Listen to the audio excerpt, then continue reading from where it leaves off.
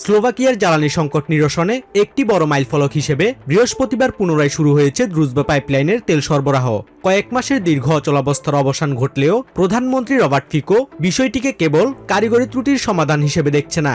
তার মতে পাইপলাইনটি আসলেই ক্ষতিগ্রস্তই হয়নি, বরং ইউক্রেন এটিকে ভূরাজনৈতিক লড়াইয়ের একটি কৌশলগত হাতিয়ার হিসেবে ব্যবহার করে আসছিল।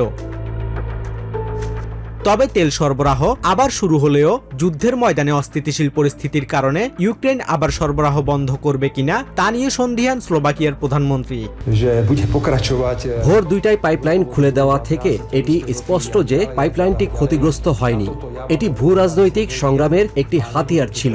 আমি জানি না ভবিষ্যতে এই পাইপলাইন দিয়ে নিয়মিত তেল সরবরাহ অব্যাহত থাকবে কিনা, তবে বর্তমান পরিস্থিতিতে এটি ইউক্রেন ও ইউরোপিয়ান ইউনিয়নের মধ্যে একটি গুরুতর সম্পর্কের সূচনা করেছে।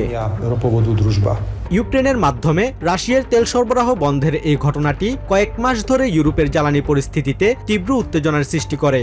তবে বুধবার এই পাইপলাইনে তেল প্রবাহ শুরুর পরে ইইউর পক্ষ থেকে ইউক্রেনের জন্য 90 বিলিয়ন ইউরো ঋণ সংক্রান্ত ভেটো তুলে নেয় হাঙ্গেরি, যা ইউক্রেনের জন্য অত্যন্ত জরুরি ছিল।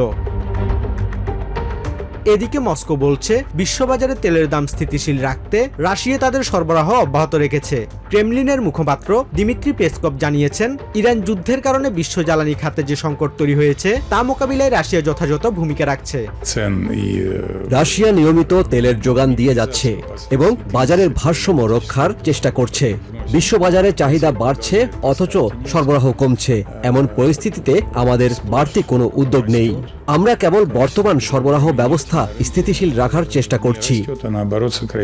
জ্বালানি তেল নিয়ে বৈশ্বিক সংকটের মাঝে দ্রুজবা পাইপলাইনে তেল সরবরাহ আবার শুরু হওয়ায় হাঙ্গেরি ও স্লোভাকিয়া সহ ইউরোপের জন্য কিছুটা স্বস্তি এনে দেবে বলে আশা করা হচ্ছে। Basudebnath, TVN 24 news desk. New York থেকে সম্প্রচারিত টিভিএন 24 টেলিভিশন বিশ্বজুড়ে বাঙালির কণ্ঠস্বর।